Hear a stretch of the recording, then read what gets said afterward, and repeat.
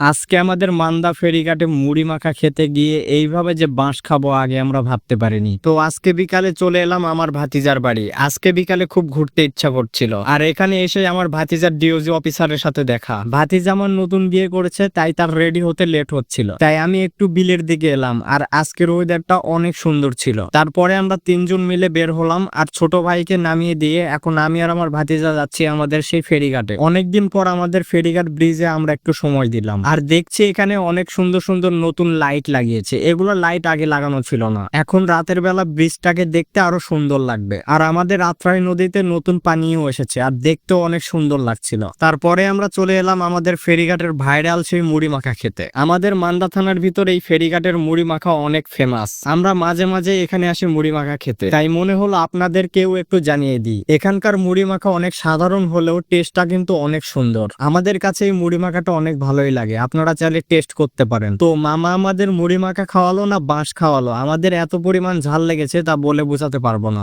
তারপর আমরা চলে এলাম আর একটা ভাইরাল জায়গাতে। এটা আমাদের প্রসাদপুর বাজার থেকে জোত বাজার যাওয়ার রোড। আপনারা যারা অনেক বেশি ছবি তুলতে পছন্দ করেন, আপনারা এই জায়গাতে একবার হলেও আসতে পারেন।